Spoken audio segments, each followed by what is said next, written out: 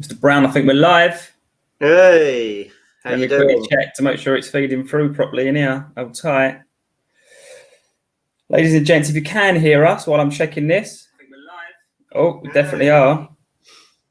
We are joined by what I call the OG. So do you know what the OG actually is, Stephen? Something to do with Gemma Collins. So I love the OG because you're the one that gets the title, I think, especially now you're an award winner at the old EA Masters. Again. Thank you. But OG stands for Original Gangster. Original Gangster. Okay. Now, yeah, I need my kids here to tell me what that actually means. All we need is the sunglasses to come down and then that Snoop Dogg tune. Da da da da da. Right. Let a few viewers build up. This is a good one. We are going to be talking marketing and sales. And I wanted to get Steve on this one because obviously he does loads in the industry, on a mission to improve it. And I reckon you're going to add some right bombs during this live. We've got to be fairly snappish because you've got to be away for another sesh at 5:30, man in demand. And I've got plenty of kids through that door and the other side of that door that need to see me. But let's jump in, right? So the topic for this live came from, so it was at EA Masters last week, and which is epic. And I've got to try and stop saying that word so much. And the Seth Godin session was mind-blowing. The guys are obviously incredible. And I think the sales and marketing, I wanted to touch on that topic because I think agents sometimes, general rule, kind of apply the same sales and marketing strategies to both selling listings and getting clients. But I think there's a bit of a difference in how they should be framed. So start with your definition, Stephen, of marketing and sales. What's like the definition in your book of marketing and the definition of sales? Oh, look, for me, I think we're marketeers now for every single thing we do. You know, how we market. First of all, I think it's how we market ourselves. So what are we doing to get in front of our customer? Okay. So ultimately the customer is the seller, customer is the buyer, customer may be the landlord, customer may be the tenant. And I think there's a lot of research to say they're looking 18 months before to decide which agent to use. So again, what are you doing to market yourself, to stand out, to be different? As Seth Godin would say, to be that purple cow. Yeah. Because if we're all exactly the same, it comes back to, you're a massive believer on fees. Well, if we're all the same and everybody charges, maybe 2% or 1%, say, no, 2%, everybody charges 2%, and somebody comes along and everybody's lovely, lovely, lovely. And the only difference is one agent charges 1%. Who are you going to go with? You're going to go with the 1%. So for me, what are you doing to add value? What are you doing to solve that problem for the vendor, for that landlord, to stand out, to be different? And you've got to look at your personal brand to do that. So look at your Facebook page, look at your profile, because, Perry, I'll Google you. If you're coming in to sell my property, I'm going to Google you to see, actually, let's see what Perry's like. I'm going to look at you up on Facebook. And if you're smoking and you've got your beer belly out and you're getting drunk with the lads, or, at the moment we've got all the different lockdowns and I see you're out with your mates and you're not social distancing, well, straight away, guess what? I ain't going to be using you because, you're not portraying yourself the right way. Well, it's weird. It's weird on that because we had, and it is so true, people are going to research and Google you. Because marketing, I guess, is everything you do and say and how you say it and what you say and whatever you put out there, whether it's on the Power Bespoke, let's say, Facebook page or my Facebook profile, our team's profiles, that's all marketing, right? And I had we had the agent join our waiting list recently, and I was like, oh, wicked. We kind of want to grow into that area. And I went to Facebook, and lo and behold, he had a fag hanging out of his mouth. And he was with loads of his mates, and that's totally cool, right? If you want to do that in your personal time, but you've got to understand that that's going to mark you down, period. Just I know plenty of people that smoke who are amazing estate agents, and that's up to them. But to sit there with a snout hanging out your mouth probably ain't the best look when you're trying to make a first impression to both me to join our business, but also more importantly for that, I look at stuff from a seller's perspective. So if a seller's going to see that, that's not how I want the brand portrayed. And yeah, so that's a really good point. Okay, and then coming back, it's right. How are you going to market my biggest tax-free asset? Okay, so how are you going to present it? Okay, what are you going to do? You know, whether it's going to be, I mean, look, you had a fantastic guest on 2 weeks ago, Ian Story, and I watched Ian's development, and Ian's development is absolutely phenomenal. And you look at him now and the way he markets property. So if I was selling in that area, who would be my first call? It's got to be him because of what he's doing. And I'm sure, you know, and I haven't asked Ian this, but I reckon he will most probably achieve more money than any other agent by the marketing he does for that vendor, for that seller. You know, so that to me portrays, well, hold on a second. He's marketing himself very well. He's marketing my client's property very well. You know, why wouldn't I want to go and use him? You know, your particulars, you know, how you stand out, the you know, the first looks you're doing or your sneak previews on Facebook, you know, that's marketing yourself. You know, you and I talked off air about YouTube, you know, and what you're doing on YouTube. Again, that's marketing yourself, marketing the vendor's property.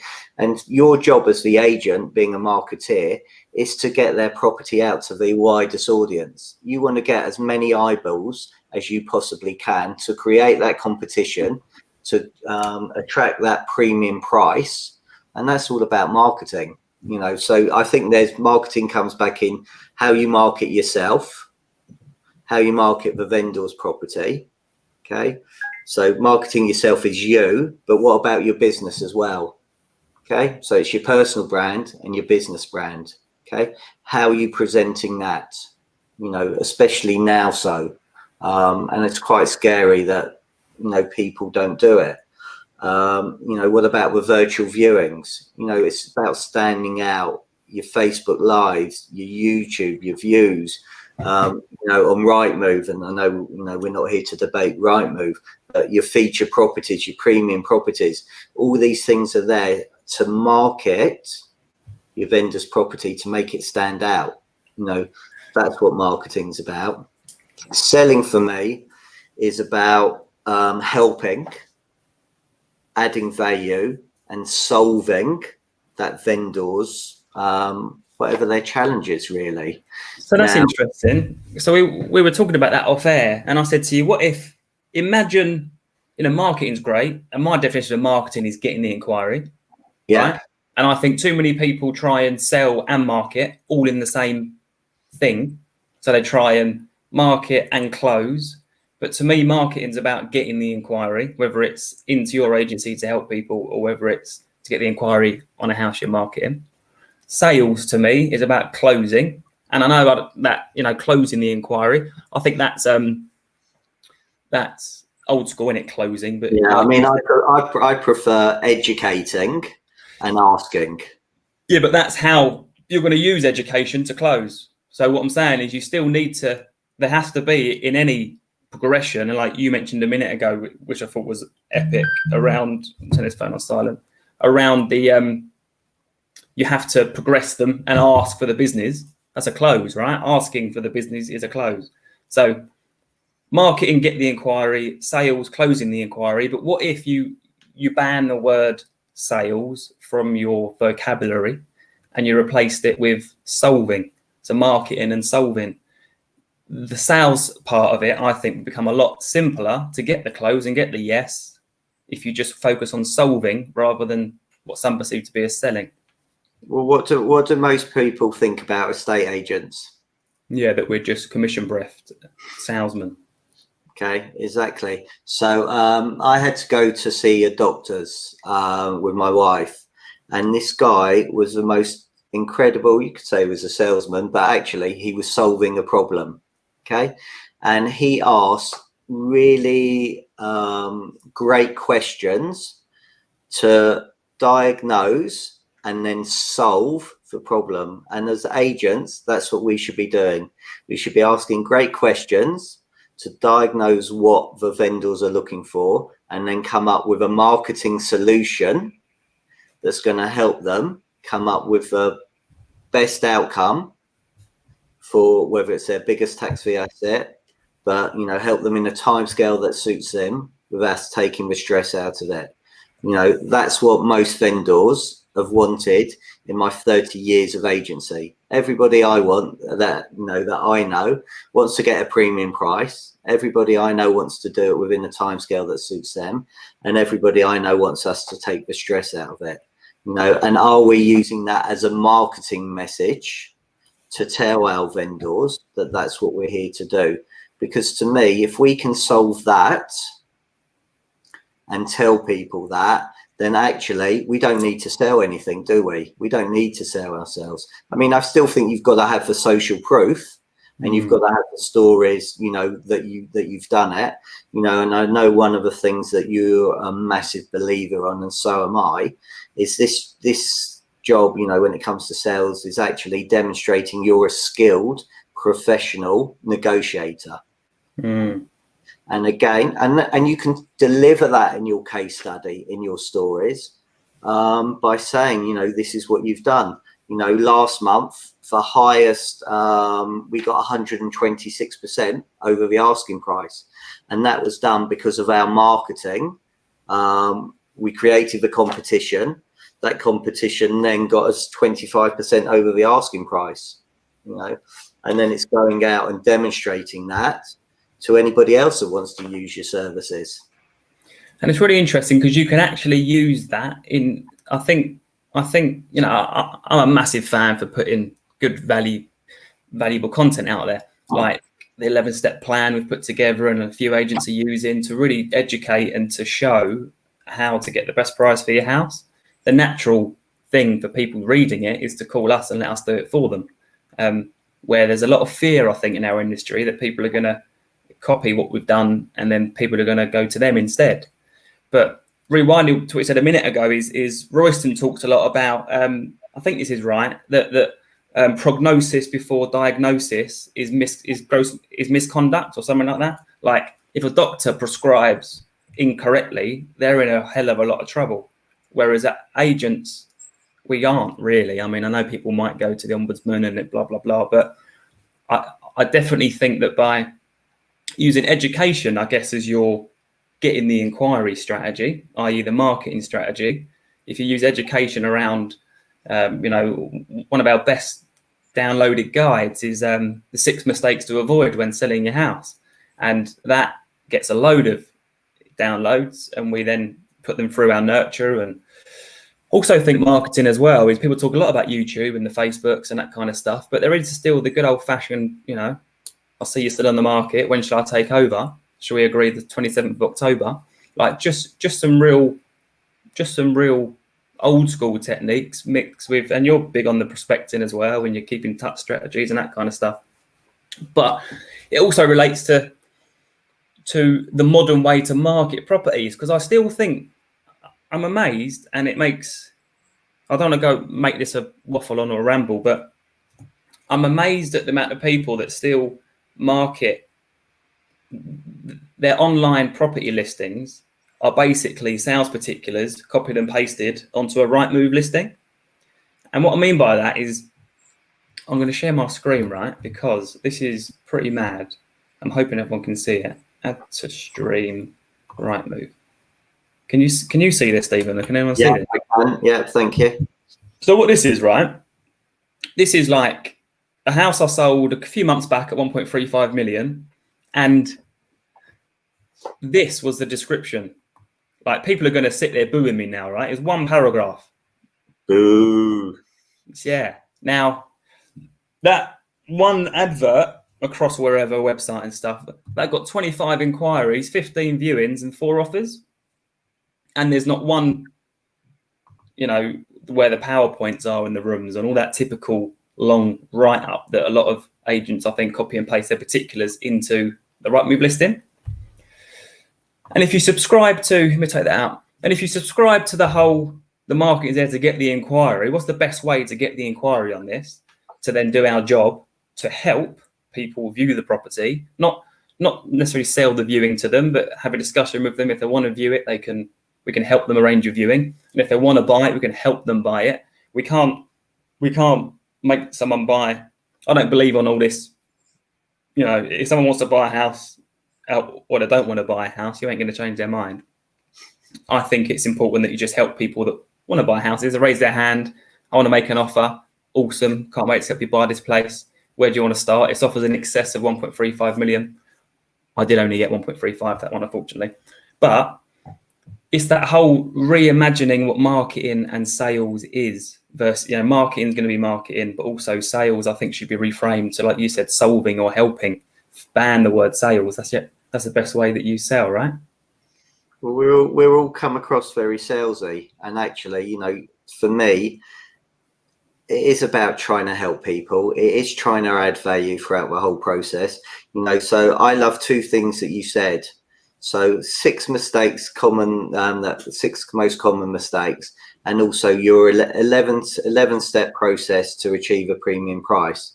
Well, wow, that's what you're doing. That's what you're doing to help me.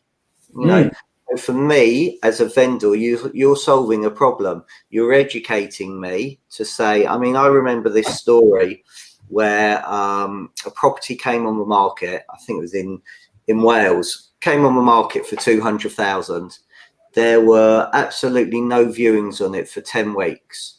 Okay, a buy-to-let investor saw it, and he phoned up his agent that deals with all his lettings. He said, look, I've seen this property. I've been keeping tabs on it for 10 weeks. I called the agent. They said they haven't had any viewings.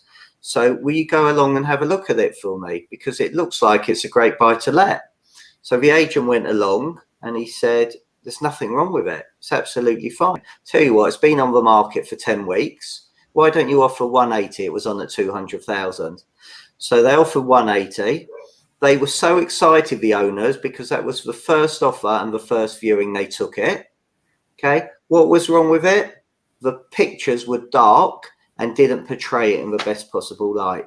So that agent cost that vendor £20,000 on his biggest tax-free asset because the marketing of that property was so poor.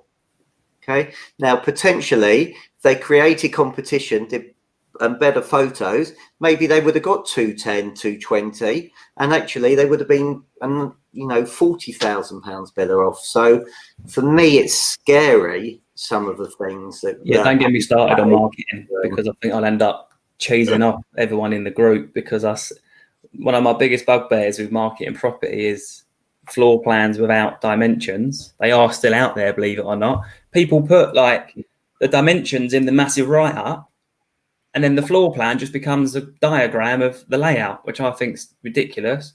And the other bugbear is no square footage on the floor plan. Can't stand that.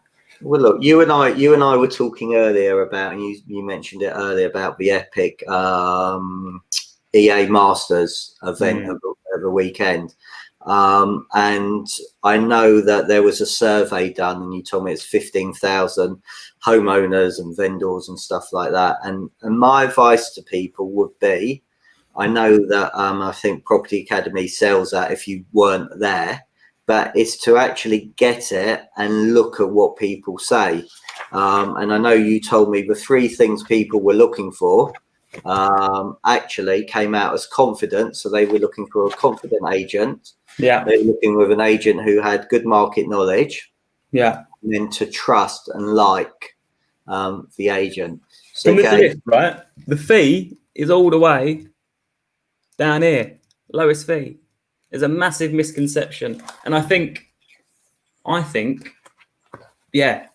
And I said to you today, we're mapping out our client journey, and with our retargeting campaigns and the education that we're going to be delivering during those retargeting campaigns, and at what point of the client journey we're checking in for our net promoter score. Because what happens is when you map out your client journey is people might be elated at this stage, but they might be pretty cheesed off after this stage, and you've got to try and get that to be consistent. But I think reading that is really interesting because it's right up to the minute. No miss, you know, I think as agents we can be, I posted it in the group earlier, and it can be like perception versus reality. We all just think everyone's a bottom feeder client wanting the lowest fee possible. And they do, I think, a lot of the time, until they're re-educated to the fact that they don't want the lowest fee.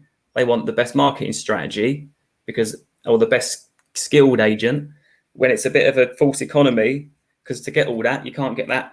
Agents can't charge really low fees to get all that. But are you asking people? I mean, there's a couple of things. Firstly, you know, for me, I would say to any vendor, what's more important, a cheap fee or more money in your pocket? And I would have thought most people would come up with more, you know, with more money in their pocket, or, you know, I would hope so.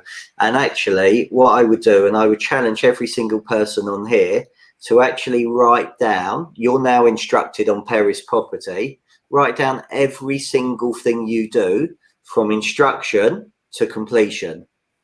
Okay, and you will come up most probably with 35, 40, 45 things that you actually do. Okay, now which bit, Mr. Vendor, don't you want? Well, actually, I want all of those. Well, that's why the investment in our services is 2%, 1.5%, you know, whatever you charge.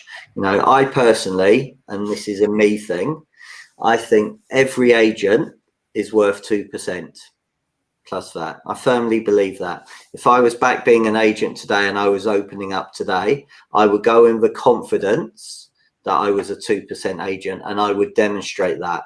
I would have the best marketing in my area. Okay, I'll be the most enthusiastic, most energetic person, and more importantly, I know you do these amazing courses on negotiation. I would make sure I'm the most skilled negotiator, full stop, that I'm going to get the best outcome for anybody. You know, and actually, you know, again, I know I'm singing your praises far too much today. Stop. My head's getting bigger as you speak. But what's interesting with you, Perry, is that you have mentors. Okay, so you know, you decided, and fair play to you, that you wanted to improve your business. Okay, you've gone out and get Royston to help you. You now become a tennis professional, and you've got Nadal and Federer helping you by doing that. But you know, you told me off screen that you bought, you know, you had a one of those tennis machines firing at you 74 balls. You know, and practice. Professionals practice before they play. And you want to go out there and you want to demonstrate to every one of your vendors that you're skilled, that you are the best skilled negotiator out there. Your marketing is better than anybody else. Okay, so coming back to Ian, you know, look at his marketing, how he markets properties. And in fact, you know, I see a lot of posts that in your group and a lot of the other groups now. The marketing, I think, has improved no end, that I'm seeing from the best agents. But there's no coincidence why they're the best agents, because actually what they do is they take action and they implement it, you know, and that's why you're an exceptional agent, because you've got a mentor, but more importantly, you take action and you implement it. And there's going to be a lot of people on here that also, I'm sure, are involved in your group. And I can say, you know, to anybody involved in Perry's group, if you haven't finished this course, you're throwing your money away. You might as well. Perry's got a shredder behind him. Go and give him your money and let him shred it. Okay. So I'm telling you now, the best agents are the one that take action and implement stuff. And yes, they may fail first, second, third time, but you know, they keep on doing, and success leaves clues. You know, so you're leaving loads of clues by having mentors, by practicing, by people giving all great content. You know, that negotiator course that you did, phenomenal. You know, but the people that have been on that course be interested to know, maybe their comment now, what one thing have they actually done as a result of it? You know, have they noticed they've got higher fees now because they're better negotiators? Because again, that leaves clues. You know, I think there is a bit of a there's this, what I'm learning is that some people are a sponge of education, and that's so important. But I think some people are 100% education, 0% implementation, whereas some people are 50% education, 50% education, implementation. And it's right, you know, some people have joined the Power Agent and, you know, they've paid their money, which is fine, and they've never really haven't finished it. But the 40% that do actually finish it, they're the ones in the groups that we're seeing, like the Ian stories. He's logging into it every week because there's always new content in it. And it's so important that I think the difference, I spoke about the ball machine, right? And there's no other reason. Everyone thinks, oh, you got a ball machine just to show off. Like, I don't want to play in club play. I want to do 74 drills. And until I've got that ball back, the exact same position every single time, 74 times, then I'm not improving. So I think it's really important. Education implementation is as important as the educational side. If you're not going to implement, there's no point wasting your time educating yourself. You might as well just hustle with your current skill level, and you'll probably do better rather than wasting time learning and getting better but never implementing. Something else that's really important is a little tip for marketing, for people marketing themselves or their business, is that I've done quite a lot of research on this when I was putting a lot of content together. And people tend to be more risk adverse than benefit led. I think that's the way to put it. So you could say something like 3 ways to increase the sale price of your house, or 3 ways to ensure you don't undersell your house. That is the same headline, but with 2 different variations, one benefit led, one fear led, and more people are led by fear. So write that one down, boys and girls, stick that in your pipe and smoke it, and make sure that you lead people to not make mistakes. That's what they don't want to do. No one wants to make mistakes. Yet every estate agent out there is 3 ways to increase the speed of your house sells. 3 ways to not be the house on the market for 22 weeks and stagnating. That's really important. But that was pretty cool, Mr. Brown. I know we've got to wrap up because I'll raffle on for ages. You've got more appointments, and that was really helpful. Let's summarize the last half an hour, leaving these awesome Power Agents on one OG tip. The top tip from the OG that is Stephen Brown. What would that be if you were going to summarize in one quick sentence? It'd be nothing to do with today. It just have a proper keep in touch policy, because no agents do it. It drives me round the wall. As I said to you before, I did a poll last week with 80 agents. 55 of them were homeowners, and 55 of them had not heard from their agent since they bought it. So, I know that's off track, but please, you will be ahead of 95% of agents if you have a proper stay in touch policy. And the one tip I'll give you just to end, because you could say this is marketing, is you're due to complete in a week, Perry. So what I would do is I would phone your vendor up to say, what we like to do is make a really smooth handover now. For when Perry and his lovely family move in next week. What I love to do is just do a little Zoom video with you, just going around the house, showing me where the gas meter is, the electricity meter is, where you keep your window keys, where the stopcock is, where your warranties are for your washing machine, dishwasher, loft ladder, who your local doctor is, who your local dentist is, who your neighbours are that you like and dislike. And then I send that to you, Perry, 2 or 3 days before you move, to say, Perry, really exciting that you're moving in 2 or 3 days time. Just done a little video for you to make the move go as smooth as possible. For me, that's marketing. Okay, not selling yourself. That's you marketing yourself. And guess what? They're going to be talking about you and remarking to their friends and family. And then you've got the opportunity of getting a Google review at the end there. You do the Net Promoter Score, good time to do it, which is great as well. And also you can book in the annual health check, so you can come back the following year as well and do all of that. And that to me is adding value. And also if your vendor doesn't get that and they're moving into the area, they're going to be saying to your friends, you can't believe what the agent did. If you're thinking of selling, you've got to use Stephen. So again, it's just small things that make you stand out and make you different. That purple cow, as the Godin says. And everybody's used to Zoom now. You know, we're used to StreamYard. We weren't. What the hell was StreamYard before? You know, we didn't know. So it is all about standing out. It's all about being different. It's all about being remarkable. And ultimately, you want people talking about you. You know, I know we can't have dinner parties now, but maybe over Zoom.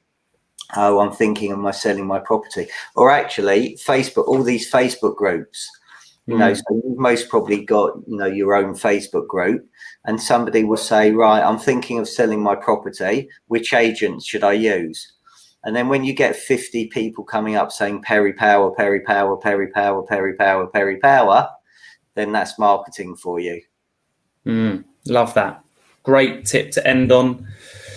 Thank you for your time, Stephen. We'll do it again soon. I like doing these little Monday live at 5s. Look forward to it. Thanks for having me on, and thanks for watching, everybody. Really grateful. Have a great evening. Take care, mate. See you later. Yes. See ya. Bye.